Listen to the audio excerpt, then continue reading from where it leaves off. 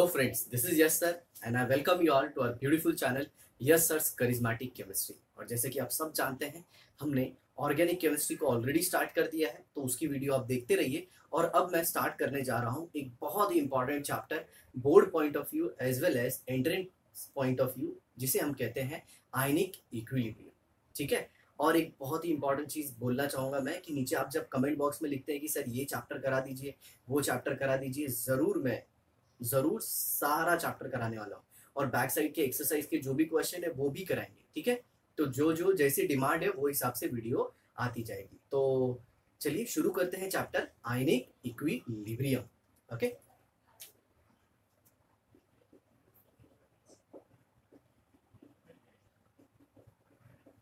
जैसे ही मैंने चैप्टर का नाम लिखा होगा आपने देखा होगा, अरे ये इक्विलिब्रियम, ये तो कुछ सुना सुना सा लगता है। वो वाला सुना नहीं, सुना हुआ, मतलब last year in 11th standard you have already heard of this name. तो क्या होता है इक्विलिब्रियम, सोचिए अपने दिमाग में। जी हाँ, इक्विलिब्रियम होता है एक स्टेज। क्या होता है? एक ऐसा stage eight which rate of forward reaction becomes equal to backward reaction। जो फॉरवर्ड रिएक्शन है वो बैकवर्ड रिएक्शन के बराबर हो जाता है। क्या? स्पीड। हमें पता है, हमने 11th स्टैंडर्ड में पढ़ा था कि पहले स्टार्टिंग में फॉरवर्ड रिएक्शन का रेट फास्ट होता है और फिर धीरे धीरे बैकवर्ड रिएक्शन का भी रेट फास्ट हो जाता है। और एक टाइम आता है जब दोनों का रेट क्या हो जाता है, ऑलमोस्ट इक्वल, और उस स्टेज को हम क्या कहते हैं? इक्विलिब्रियम। जी हाँ, इक्विलिब्रियम के लिए एक चीज बहुत इंपॉर्टेंट है। क्या इंपॉर्टेंट है? Close container. ये लास्ट ईयर हमने देखा था और मोस्टली हमने गैसियस रिएक्शंस देखे थे। कौन से रिएक्शंस देखे थे? Gaseous reaction, and that too वो गैस रिएक्शन में भी मॉलिक्यूलर रिएक्शन। कौन से रिएक्शन? Molecular reactions. एक सेकेंड में जरा देख लेता हूं कि कहीं ब्लर तो नहीं आ रही है वीडियो। जी, एब्सोल्युटली करेक्ट। क्या होता है, कभी कभी हमें पता नहीं होता और वीडियो ब्लर हो जाती है और फिर बाद में बच्चे बोलते हैं अरे सर गड़बड़ हो गया। तो मॉलिक्यूलर रिएक्शन मतलब क्या? ऐसा रिएक्शन, मतलब ऐसे रिवर्सिबल रिएक्शन जिसमें मॉलिक्यूल्स इन्वॉल्व हो। तो इक्विलिब्रियम आने के लिए सबसे पहले क्या होना चाहिए? Rate of forward and rate of backward. और हमें पता है फॉरवर्ड और बैकवर्ड दोनों होना जरूरी है, तो मतलब रिवर्सिबल रिएक्शन होना बहुत ही जरूरी है। और वो किसको इन्वॉल्व करते थे? मॉलिक्यूल्स को। जैसे एक एग्जांपल ले लेता हूं मैं, N2 plus 3H2 gives 2NH3। ये गैस, ये भी गैस और ये भी गैस, और ये सब कुछ होता था एक क्लोज कंटेनर। ओके, लेकिन ये जो रिएक्शन देख रहे हो इसमें ये सब क्या है? मॉलिक्यूल्स। ये भी मॉलिक्यूल और अमोनिया खुद भी अपने आप में क्या है? एक मॉलिक्यूल। बट यहाँ पे जो सिनारियो है, इस चैप्टर में जो सिनारियो है वो थोड़ा अलग है। कैसे? देखिए यहाँ पे क्या लिखा हुआ? आयंस। तो ये जो इक्विलिब्रियम है ये एस्टैब्लिश्ड होगा आयन और अनडिसोसिएटेड मॉलिक्यूल के बीच में। तो आप लिख लीजिए कहीं पे, the equilibrium established between ions and undissociated या फिर अनडिसोसिएटेड मॉलिक्यूल्स। ओके, चलिए इसके लिए भी मैं एक एग्जांपल ले लेता हूं। मान लीजिए एसिटिक एसिड, ये एसिटिक एसिड है और इसे आपने ले लिया है पानी। जी हाँ, पानी जरूरी, वरना आयंस बनेंगे ही नहीं। अब ये क्यों, ऐसा क्यों, ये सब कुछ बताएंगे। तो यहाँ पे देखिए CH3COO minus plus H plus. Actual में यहाँ पे H प्लस लिखना भी थोड़ा गलत होता है, क्योंकि हमें पता है H प्लस जो होता है वो H3O आयंस के फॉर्म में होता है। किसके फॉर्म में? H3O आयंस के फॉर्म में, क्योंकि H प्लस के ऊपर बहुत ही ज्यादा पॉजिटिव चार्ज है। आप छोड़िए ना, ये एक पॉजिटिव चार्ज है, लेकिन ये कितने छोटे से न्यूक्लियस में, तो इसकी चार्ज डेंसिटी काफी ज्यादा होती है। इसकी चार्ज डेंसिटी काफी ज्यादा होती है। चार्ज डेंसिटी मतलब क्या? Charge density is equal to charge per unit volume. तो चार्ज तो पॉजिटिव है, एक यूनिट पॉजिटिव चार्ज है। क्या है? Unit positive charge. मतलब सिंपल बोलूं तो ये H प्लस कुछ और नहीं, ये तो एक प्रोटॉन ही है। और इसका वॉल्यूम कितना छोटा होगा, मतलब ये तो बहुत ही कम है, तो इसकी चार्ज डेंसिटी काफी ज्यादा है। तो charge density is nothing but charge per unit volume, और इसके ऊपर चार्ज कितना है, यूनिट पॉजिटिव, और इसका साइज बहुत छोटा है, इसके लिए इसकी चार्ज डेंसिटी काफी ज्यादा है। तो ये H प्लस करता क्या है, ये H प्लस ऑक्सीजन के लोन पेयर को अट्रैक्ट करता है। ये ऑक्सीजन के पास आपको पता होगा 2 लोन पेयर होते हैं, लोन पेयर मतलब नॉन बॉन्डिंग इलेक्ट्रॉन, और इसे अट्रैक्ट करता है। ओके, तो इसके लिए ये क्या बन जाता है, H3O प्लस, ये H को इसमें ऐड कर दीजिए, H2O plus, H plus becomes H3O plus. अगर ये 1 है तो H3O प्लस, और अगर 2 हो जाएगा तो क्या हो जाएगा, H5O2 प्लस, ऐसे ऐसे depending upon number of water molecule. तो याद रखिएगा ये H प्लस जनरली कौन से फॉर्म में होता है, H3O। अब एक बहुत ही इंपॉर्टेंट चीज, ये भी एक्वस फॉर्म में है और ये भी एक्वस फॉर्म में। तो अगर आप देखें तो ये इक्विलिब्रियम किसके बीच में एस्टैब्लिश हुआ है, एसिटिक एसिड और उसके constituent ions. The equilibrium establish between ions and undissociated molecule. तो यहाँ पे एक और चीज लिख देता हूं मैं, कॉन्स्टिट्यूएंट। अब ये कॉन्स्टिट्यूएंट मतलब क्या, जो मॉलिक्यूल है उसी का आयन, जैसे ये एसिटिक एसिड है तो इसी का आयन क्या होगा, एसिटेट आयन, और ये H प्लस आयन। अब आपके दिमाग में क्वेश्चन आता होगा कि सर इसमें पानी लेना क्यों जरूरी था, बिना पानी के क्या रिएक्शन नहीं हो सकता। तो ये सब कुछ मैं आपको बताऊंगा। और फिर ये रिवर्सिबल का साइन क्यों आया, क्योंकि ये एसिटिक एसिड पूरा टूटता नहीं है। ओके, और जब ये एसिटिक एसिड टूट जाता है तो ये एसीटेट आयन दे देता है, और क्या दे देता है, H प्लस। ठीक है, इसे नोट कर लीजिए, फटाफट नोट कर लीजिए। जल्दी जल्दी जल्दी जल्दी जल्दी आप नोट कीजिए।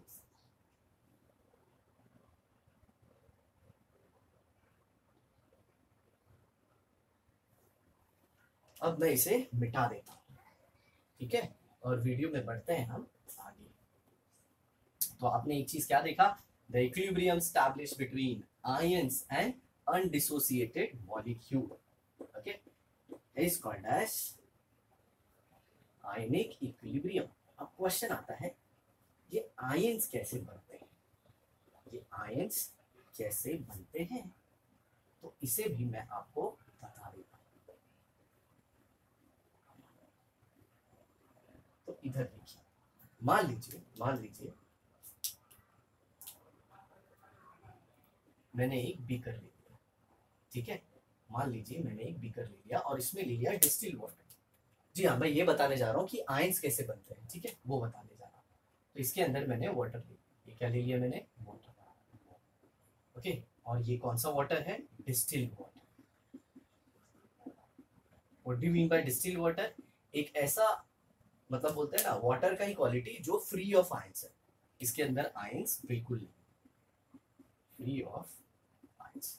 ओके, तो मैं एक बार वापस बता देता हूँ, मैं आपको ये बता रहा हूँ कि हमारे दिमाग में एक क्वेश्चन है कि आयंस कब बनता है और कौन से ऐसे कंपाउंड या फिर मॉलिक्यूल है जो ये आयंस बनाएंगे। तो मैंने पानी ले लिया और इसके अंदर डिस्टिल वाटर जो कि जिसके अंदर आयंस नहीं होते, और फिर इसके अंदर मैंने डाल दिया यूरिया, जिसका फॉर्मूला होता है H2N C double bond O NH2। Urea डाल दिया और इसके सॉल्यूशन को स्टर किया, ठीक है, और थोड़े देर के लिए छोड़ दिया, और साथ ही साथ एक और बीकर ले लिया, ठीक है, और इसमें भी ले लिया मैंने वाटर। ओके, ये सेम डिस्टिल वाटर, मतलब क्या, ये फ्री ऑफ आयंस हो गया। अब आपके दिमाग में ऐसा ख्याल आता होगा कि सर आपने डिस्टिल वाटर ही क्यों लिया, आपने दूसरा पानी क्यों नहीं लिया, तो वो भी मैं आपको बता देता हूँ, वीडियो में बने रहिए। तो ये क्या हो जाएगा, फ्री ऑफ आयंस, और इसके अंदर अब मैंने डाल दिया NaCl, that is sodium chloride, ठीक है, क्या डाल दिया, सोडियम क्लोराइड। अब देखिए, अब दोनों को मैंने स्टर किया और इसके अंदर 2 इलेक्ट्रोड इंसर्ट कर दिए, और मैंने ये चेक किया कि इनमें से कौन इलेक्ट्रिसिटी को कंडक्ट कर रहा है। तो मैंने क्या देखा, ये इलेक्ट्रिसिटी को कंडक्ट कर रहा है और ये इलेक्ट्रिसिटी को कंडक्ट नहीं कर रहा। तो मेरे दिमाग में क्वेश्चन आया, ऐसा क्यों। तो फिर मैंने अंदर जाके देखा, तो इसमें देखा कि इसके अंदर आयंस है।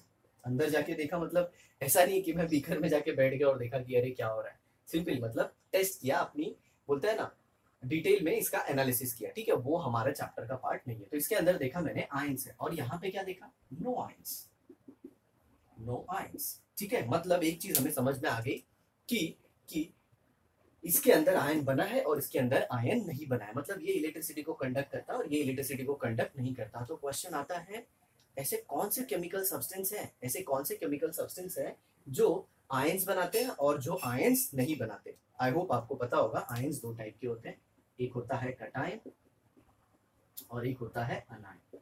जी हाँ, ये सब कटायन अनायन जो होता है पॉजिटिव चार्ज और ये होता है नेगेटिव चार्ज, ये सब की डिटेल माइकल फैराडे ने दी थी।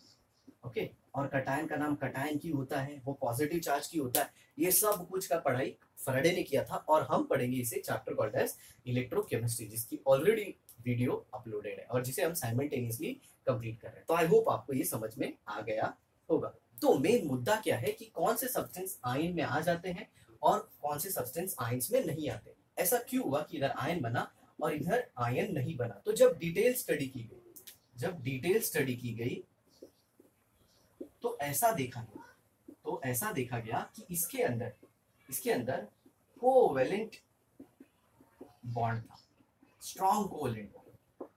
कौन सा बॉन्ड था? स्ट्रॉन्ग कोवेलेंट बॉन्ड, जिसे वाटर मॉलिक्यूल तोड़ नहीं पाया। अब क्वेश्चन आता है सर वाटर क्यों तोड़ता है उसे? तो वाटर इसलिए तोड़ता है प्यारे दोस्तों क्योंकि वाटर का डाइलेक्ट्रिक कांस्टेंट होता है। वाटर का क्या होता है? डाइलेक्ट्रिक कांस्टेंट, मतलब ability of a solvent to separate the solid particle. मतलब वाटर अपने पोल, पॉजिटिव पोल H+ और नेगेटिव पोल जो स्लाइटली H+ होता है, ऐसा नहीं पूरा H+, और नेगेटिव पोल जो होता है ऑक्सीजन, उसको लगा के किसी भी सॉल्यूट को तोड़ देता है। लेकिन कोवेलेंट बॉन्ड इतने स्ट्रॉन्ग थे कि वाटर उसको तोड़ नहीं पाया। बट यहाँ पे NaCl में वाटर ने NaCl को तोड़ दिया, किसमें? आयंस में। ओके, Na+ और Cl-। तो यहाँ पे क्या थे? आयनिक बॉन्ड, या फिर दूसरा और एक केस देख सकते हो आप, पार्शियल कोवेलेंट या फिर पार्शियल आयनिक बॉन्ड। मतलब ये कोवेलेंट बॉन्ड ही है लेकिन इनके अंदर आयनिक कैरेक्टर होगा। मतलब ये तो NaCl में तो आयनिक है, बट कुछ केसेस ऐसे भी देखोगे, ये तो NaCl जस्ट एक एग्जांपल लिया था, आप कुछ केसेस ऐसे भी देखोगे जिनके अंदर पार्शियल आयनिक बॉन्ड होगा। जैसे HCl ले लो, वो कोवेलेंट बॉन्ड ही है लेकिन उसके अंदर आयनिक कैरेक्टर काफी ज्यादा है। ठीक है, तो अब तो मुझे पता चल गया कि जिनके अंदर स्ट्रॉन्ग कोवेलेंट बॉन्ड होता है वो टूटते नहीं है और जिनके अंदर आयनिक या फिर पार्शियल आयनिक बॉन्ड होता है वो टूट जाते हैं। तो इस तरह से मैंने सोचा कि मैं केमिकल सब्सटेंस को क्लासिफाई कर सकता हूँ,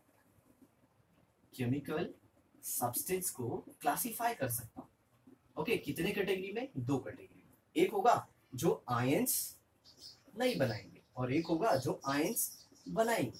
तो जो आयंस नहीं बनाएंगे उसे मैंने बोल दिया non electrolyte.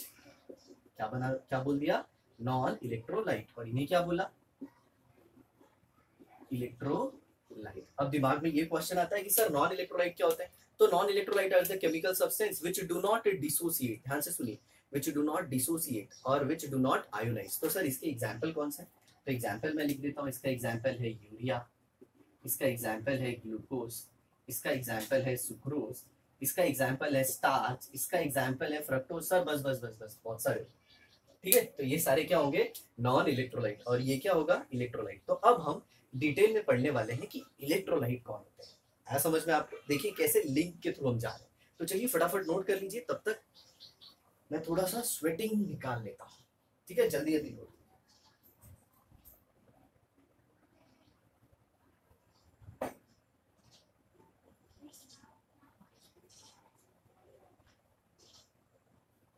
Okay, I hope आप नोट कर लिए होंगे।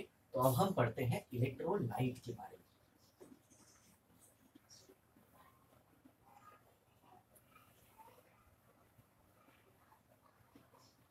तो आपके दिमाग में ये ख्याल आ रहा होगा सर ये इलेक्ट्रोलाइट किया है। तो भाई और बहनों ध्यान से देखो, आपको अब पढ़ाने जा रहे हैं इलेक्ट्रोलाइट। क्या? इलेक्ट्रोलाइट। देखिए क्या होता है इलेक्ट्रोलाइट, समझने की कोशिश करते हैं। इलेक्ट्रोलाइट, तो इलेक्ट्रोलाइट में सबसे पहला और सबसे इंपॉर्टेंट जो पॉइंट है वो ये है कि electrolytes are the chemical substances which dissociates spontaneously into their constituent into their constituent ions. Constituent ions मतलब जिससे वो बने हुए हैं। जैसे NaCl है तो वो क्या देगा Na+Cl-। जैसे एसिटिक एसिड है तो वो क्या देगा CH3CO-H+। ठीक है, ओके। NaOH है तो वो क्या देगा Na+ और OH-। इसमें जो सबसे इंपॉर्टेंट है वो ये स्पॉन्टेनियसली। स्पॉन्टेनियसली मतलब अपने आप या फिर खुद से। Okay, the one which dissociates spontaneously, okay, dissociates spontaneously into their constituent ions, अपने आप टूट जाते हैं। और दूसरा पॉइंट,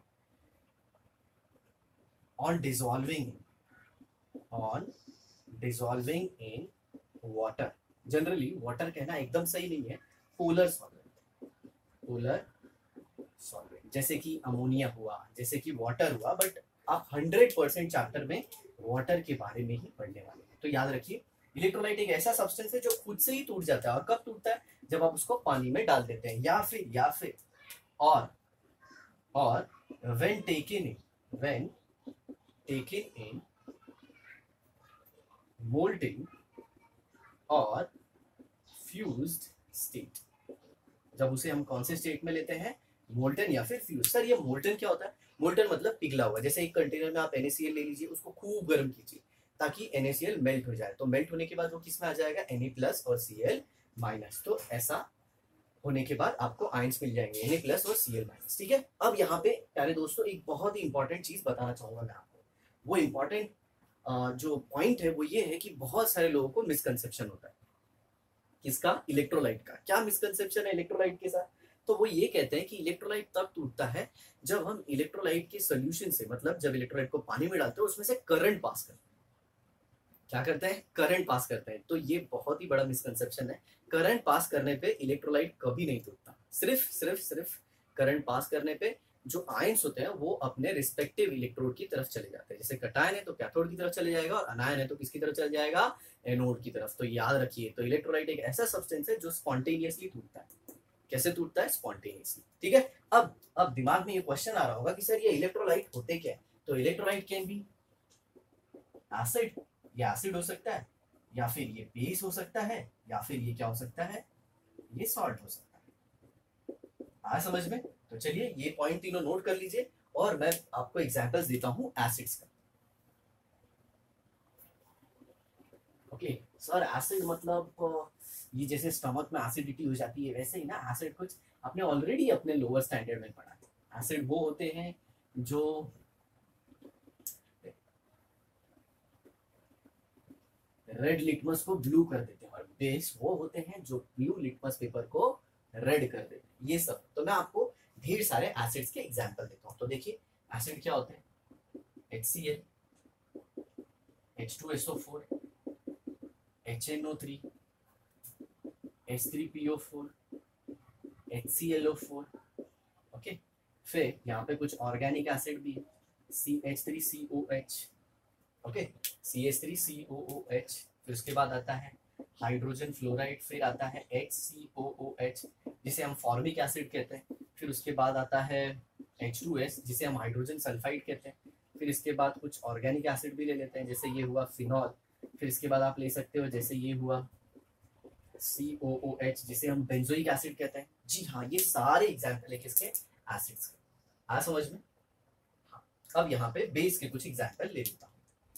तो बेस के भी एग्जाम्पल आपको दे देता हूँ। तो बेस हो गया जैसे हमारा बेस के एग्जाम्पल हो गए NaOH, NH4OH। ओके, NaOH हो गया, NH4OH हो गया, CaOH ट्वाइस हो गया, ओके, MgOH ट्वाइस हो गया, KOH हो गया,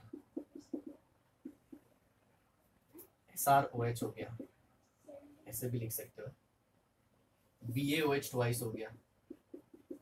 ओके, फिर इसके बाद क्या हो गया? CuOH ट्वाइस, या फिर FeOH थ्राइस। ये सारे बेस के एग्जाम्पल हो गए।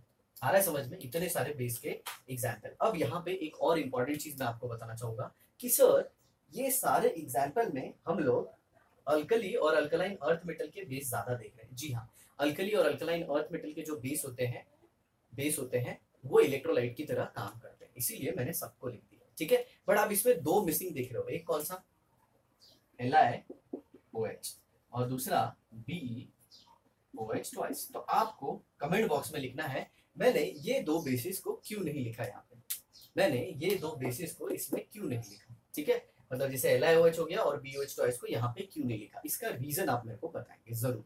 अब देखिए सॉल्ट का भी एग्जांपल देख लेते हैं। तो आपको तो पता ही है सॉल्ट कैसे बनता है, एसिड और बेस को रिएक्ट कर दीजिए, सॉल्ट और वाटर बन जाता है। बट जरूरी नहीं हर एक केस में वाटर बने, आगे हम देखेंगे। तो सॉल्ट के एग्जांपल देख लीजिए। तो सॉल्ट का एग्जांपल है NaCl।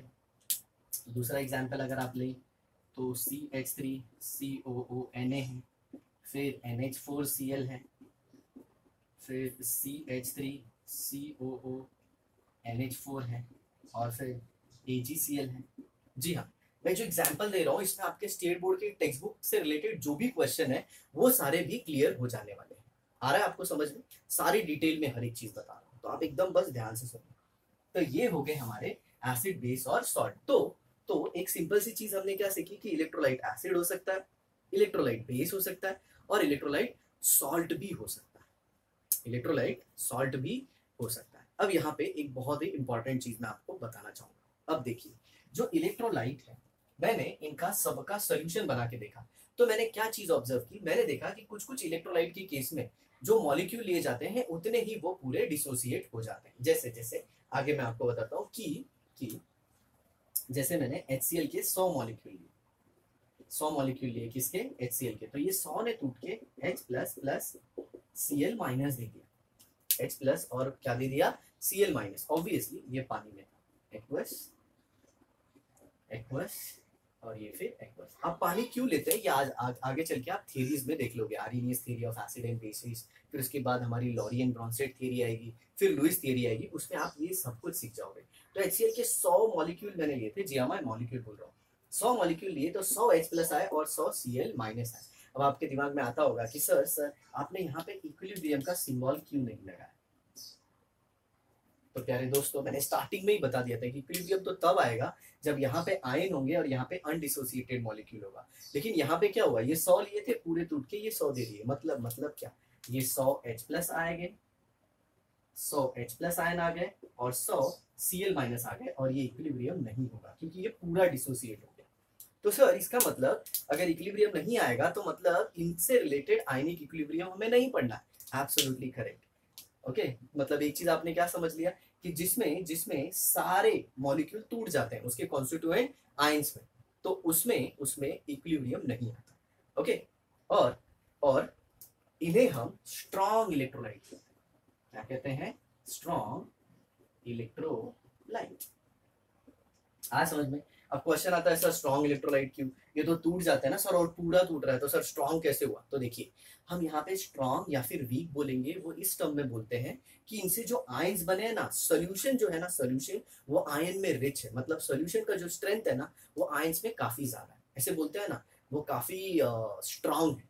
जैसे कि एक फ्रूट वाले को ले लो, वो फ्रूट वाला स्ट्रॉन्ग है कंपेयर टू दूसरे फ्रूट वाला। मतलब कैसे, उसके पास वेराइटी ऑफ फ्रूट है, बहुत सारे फ्रूट्स है, और इसके पास लिमिटेड फ्रूट है। ठीक उसी तरह से ये स्ट्रॉन्ग इलेक्ट्रोलाइट में जो इलेक्ट्रोलाइट है वो पूरा आयंस में टूट जाता है। अब ऐसे मत सोचना सर स्ट्रॉन्ग है तो टूटेगा ही नहीं, आया समझ में। चलिए अब एक दूसरा बीकर लिया मैंने और उसमें ले लिया मैंने एसिटिक एसिड। क्या लिया, एसिटिक एसिड, जी हाँ।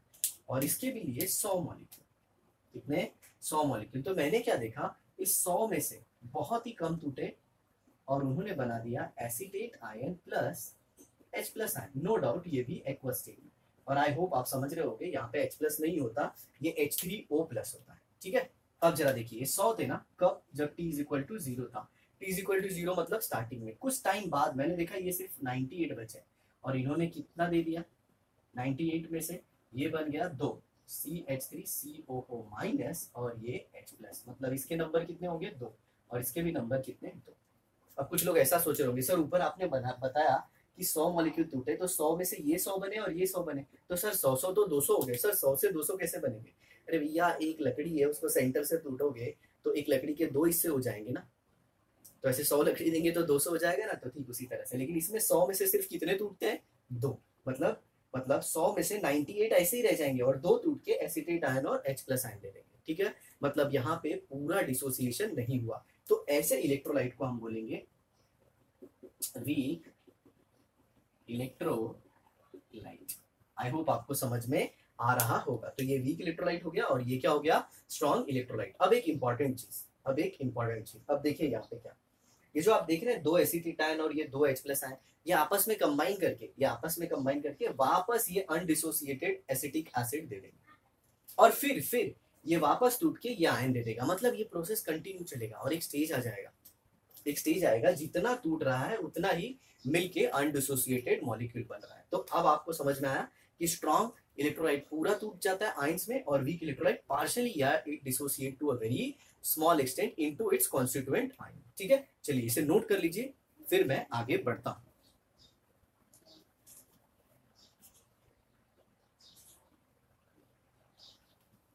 ओके, तो ये तो थियोरेटिकल क्लासिफिकेशन हो गया स्ट्रॉन्ग एंड वीक इलेक्ट्रोलाइट का। अब इसे मैं मैथमेटिकली एक्सप्लेन करता हूं। इसे कैसे एक्सप्लेन करूंगा, मैथमेटिकली। ध्यान से सुनिए।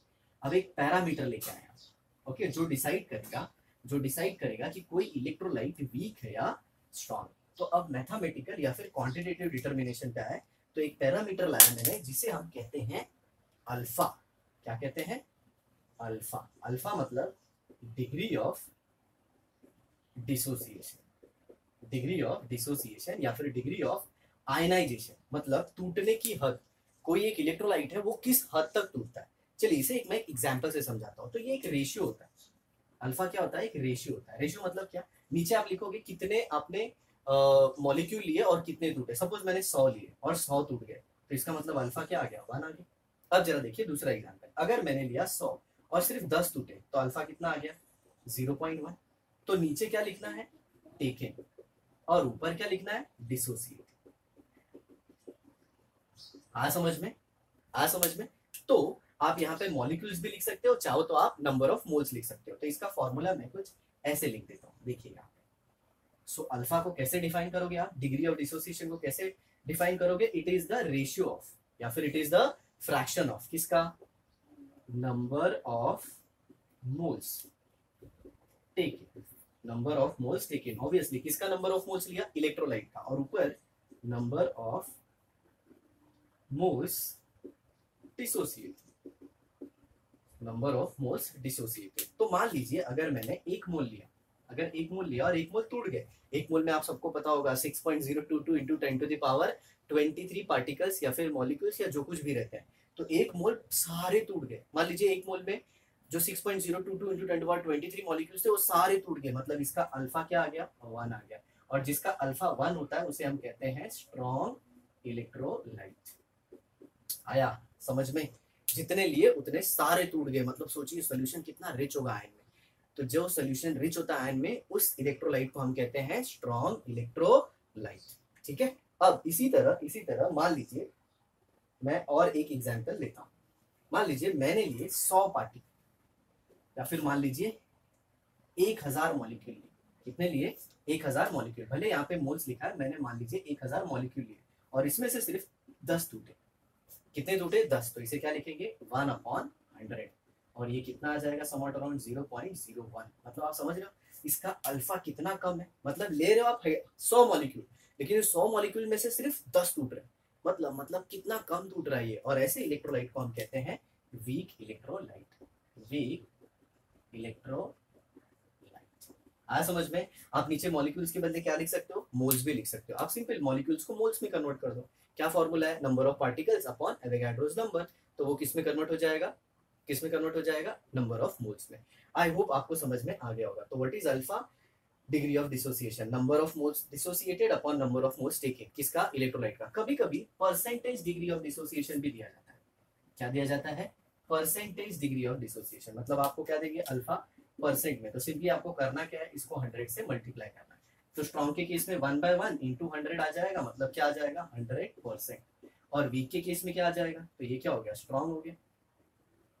वीक इलेक्ट्रोलाइट के केस में क्या होगा, आपको रेशियो कुछ ऐसा मिला था, याद है, 10/1000 था, इंटू 100 करना है।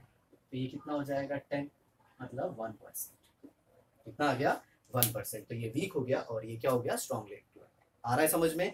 चलिए अब मैं कुछ फैक्ट्स बता देता हूं अल्फा से रिलेटेड आपको। ओके, तो जो अल्फा है वो 1 होगा या फिर अप्रोक्सीमेटली 1 होगा। कब? जब आप स्ट्रॉन्ग इलेक्ट्रोलाइट लोगे। अल्फा इज इक्वल टू 1 होगा या फिर अप्रोक्सीमेटली 1 होगा जब आप क्या लोगे? Strong electrolyte. तो उसे लिख देता हूँ, यहाँ पे अल्फा इज इक्वल टू 1 और alpha is approximately equal to 1 किसके लिए? स्ट्रॉन्ग इलेक्ट्रोलाइट के लिए। ठीक है ना? If alpha is equal to 0 मतलब वो नॉन इलेक्ट्रोलाइट। क्या है? Non electrolyte. What do mean by non electrolyte? जो बिल्कुल भी आयन में टूटता नहीं। ठीक है, और अगर alpha is less than 1 but greater than 0, if alpha is less than 1 but greater than 0 then it will be called as weak electrolyte। और मैं आपको बताऊं, ये अल्फा का वैल्यू है ना वीक इलेक्ट्रोलाइट के लिए 1 से बहुत कम आती है। कुछ लोग ऐसा सोचेंगे कि सर ने 1 से कम लिखा है तो अगर मैं 0.98 लिखूं तो जी बिल्कुल ऐसा नहीं है। 0.98 भी होगा तो वो स्ट्रॉन्ग इलेक्ट्रोलाइट ही होगा। मैं आपको वीक इलेक्ट्रोलाइट की वैल्यू बता देता हूँ, वीक इलेक्ट्रोलाइट के लिए अल्फा की वैल्यू बता देता हूँ। तो वीक इलेक्ट्रोलाइट के लिए अल्फा की जो वैल्यू होगी, अल्फा की वैल्यू ये less than equal to 0.5 greater than equal to 0। Okay, equal to नहीं लिखना होगा, ग्रेटर देन 0 इसके बीच में आती है। जनरली 0.5 भी मैंने बहुत ज्यादा बता दिया। तो ये था अल्फा का value for weak electrolyte and for a strong electrolyte. Alpha अगर 1 हो गया तो स्ट्रॉन्ग इलेक्ट्रोलाइट हो गया, अल्फा 0 हो गया तो वो तो बिल्कुल टूट ही नहीं रहा है, मतलब वो नॉन इलेक्ट्रोलाइट हो गया। और अगर अल्फा 1 से कम है और 0 से थोड़ा सा ज्यादा है तो उसका अपन क्या बोल देंगे?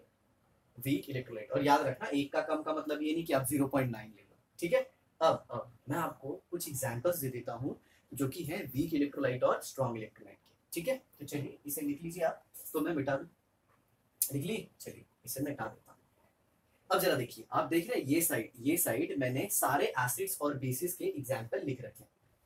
ओके, तो जिनको मैं एन सर्कल करूंगा, एन सर्कल मतलब ऐसे गोला कर दूंगा, वो सारे वीक होंगे और उनके अलावा जो कुछ भी बचा होगा सारे क्या होंगे? Strong electrolyte. ओके, तो वीक इलेक्ट्रोलाइट और स्ट्रॉन्ग इलेक्ट्रोलाइट का क्लासिफिकेशन भी हमारा साइमल्टेनियसली हो जाएगा। तो ये देखिए, इसमें आप देख रहे हैं ये स्ट्रॉन्ग है, ये स्ट्रॉन्ग है, ये स्ट्रॉन्ग है, ये वीक है। ये क्या है? वीक। ये भी वीक है। ओके, ये भी वीक है, ये भी वीक है, ये भी वीक है, ये भी वीक है और ये भी वीक है। सर बस इतना ही, इसके अलावा और कुछ नहीं? बेटा इतने में सफिशिएंट है, इतने में आपका पूरा सिलेबस कवर हो जाएगा। ठीक है, अब देखिए यहाँ पे और एक इंपॉर्टेंट चीज, यहाँ पे आप देख रहे हैं जो हमारे बेस है NaOH NH4OH, तो ये वीक है, बाकी सब स्ट्रॉन्ग दिख रहे हैं मुझे। जी हाँ, ये भी वीक है और ये भी वीक है। आपका मेजोरिटी ऑफ द काम तो इसी से होगा। किससे? अमोनियम हाइड्रोक्साइड से। अब सॉल्ट देखिए, सॉल्ट का मैं बताऊंगा कि सॉल्ट देखिए एसिड और बेस से बनता है, हमें पता है, acid plus base gives what? Salt. और प्लस वाटर भी बनता है अगर वो आर्हीनियस एसिड एंड बेस है। सर ये आर्हीनियस एसिड बेस क्या है? आगे चल के हम पढ़ने वाले हैं। अब जरा ध्यान से देखिए, तो अगर आपको पर्टिकुलर सॉल्ट का एसिड बेस पता करना है तो आप उसको 2 पार्ट में ऐसे तोड़ दीजिए। पहला पार्ट नो डाउट हमेशा कटायन होगा, जैसे Na+ और ये Cl-। तो Na+ के इधर आपको OH- लिखना है, और कितना OH-? जितना कटायन है उतना OH-, और जितना अनायन है उतना H+। तो देखिए ये किसका सॉल्ट है? स्ट्रॉन्ग एसिड स्ट्रॉन्ग बेस, तो ये स्ट्रॉन्ग एसिड स्ट्रॉन्ग बेस का सॉल्ट है। ठीक है, ठीक उसी तरह ये देखिए, ये माइनस और ये प्लस। ये एक्सेप्शन है ऑर्गेनिक का। सर आप बोलोगे पहले नेगेटिव कैसे आ गया? आपने तो बोला था मेजॉरिटी ऑफ द केसेस में पहले पॉजिटिव आएगा। जी हाँ, ये एक्सेप्शन है, इसका ऑर्गेनिक में हम आपको बता देंगे। ठीक है, तो इधर क्या लिखोगे? H+ और यहाँ पे क्या लिखोगे? OH-। तो देखिए ये किसका सॉल्ट है? ये वीक एसिड और ये स्ट्रॉन्ग बेस, तो ये हो जाएगा वीक एसिड स्ट्रॉन्ग बेस। ठीक है, अब ये देखिए NH4Cl, ये NH4OH हो गया और ये HCl हो गया, ये प्लस ये माइनस, ये प्लस ये माइनस, तो ये क्या हो गया? Weak base strong acid. Okay, अब यहाँ पे देखिए ये किसका हो जाएगा? ये माइनस ये प्लस, तो यहाँ पे H+ और यहाँ पे OH-, तो ये क्या हो गया? Weak acid weak base. अब ये AgCl किसका सॉल्ट है? AgOH प्लस Cl, तो AgOH क्या है? बहुत ही वीक बेस है, AgOH वीक बेस है और ये स्ट्रॉन्ग एसिड है, तो वीक बेस स्ट्रॉन्ग एसिड।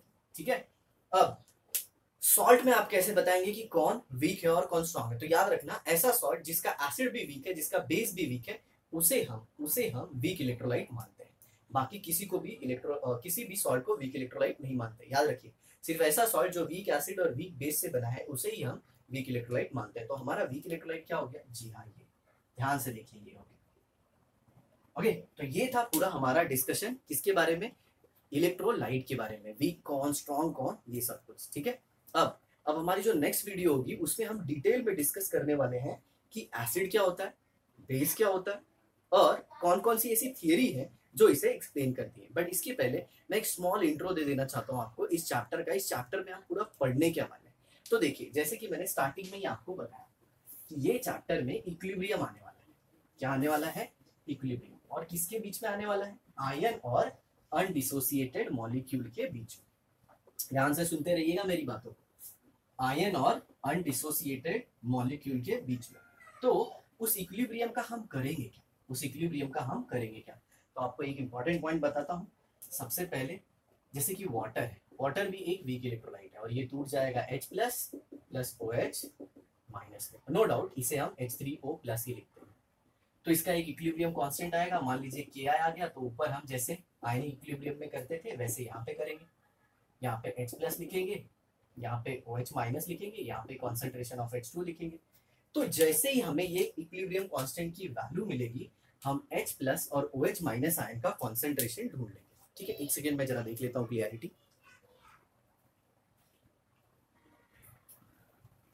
जी ये एकदम परफेक्ट है। तो हमें पहला पॉइंट क्या आया, calculating the concentration of H plus and OH minus ion, किसमें, इन वाटर, वाटर के अंदर। दूसरा पॉइंट क्या है, सेम चीज किसके साथ होगी, वीक इलेक्ट्रोलाइट के साथ। मैंने आपको बता दिया स्ट्रॉन्ग इलेक्ट्रोलाइट HCl का एग्जांपल दिया था, उसमें इक्विलिब्रियम नहीं आएगा, इस बात को ध्यान रख लेना। Simple, calculating the concentration of cation and अनायन of salt. Okay, या फिर आप ऐसे भी कह सकते हो इस पॉइंट को, determining dissociation of weak salt या फिर weak acid and weak base, आप ऐसे भी कह सकते हो। फिर इसके बाद क्या है, reaction of ions of salts that is cation and anion with water, वो कैसे रिएक्ट करते हैं। और जो चौथा पॉइंट है ये है behaviour of salt in water. Okay, salt के क्या क्या बिहेवियर होते हैं पानी में वो देखेंगे। तो सबसे पहला पॉइंट क्या था, कैलकुलेट करो आप कि H प्लस और OH माइनस आयन का कॉन्सेंट्रेशन कितना है और किस पर्टिकुलर टेम्परेचर पे। टेम्परेचर बहुत इंपॉर्टेंट फैक्टर है। और दूसरा चीज सेम ऐसा इक्विलिब्रियम कांस्टेंट हम किसके लिए लेके आएंगे, जी हाँ, dissociation of a weak electrolyte, जो कि सॉल्ट हो सकता है, एसिड हो सकता है, फिर बेस। मैंने यहाँ पे सॉल्ट लिखा है लेकिन कटायन और अनायन एसिड और बेस दोनों में मिलेंगे, उसमें आप उनके डिसोसिएशन कांस्टेंट को ढूंढ सकते हो। तो बेसिकली इक्विलिब्रियम पे कटायन अनायन का कॉन्सेंट्रेशन कितना है ये आपको पता चल जाएगा। और सेम इसमें भी वही। और फिर तीसरी चीज हमने क्या देखनी है कि जो हमारे कटायन और अनायन है एसिड बेस या फिर सॉल्ट से, उनका रिएक्शन वाटर के साथ कैसे होता है। मैंने यहाँ पे सॉल्ट लिखा ही है लेकिन आप ऐसे रखना, ऐसे दिमाग में रखना कि वो एसिड भी हो सकता है, बेस भी हो सकता है। और जो लास्ट है वो ये है कि behaviour of salt in water क्या होता है, मतलब एक सॉल्ट वाटर के अंदर कैसे रहता है। जी ऑब्वियसली वीक वाला। ठीक है, तो ये था आज की हमारी पूरी वीडियो आयनिक इक्विलिब्रियम से रिलेटेड। तो दोस्तों शेयर कर दो इसको अपने फ्रेंड्स के साथ और लगे रहो, और हम जरूर सिलेबस को कंप्लीट करेंगे और आप जरूर पढ़ेंगे। चलिए करिए ये वादा और पढ़ते रहिए। तो मिलते हैं अगले एपिसोड में, बाय।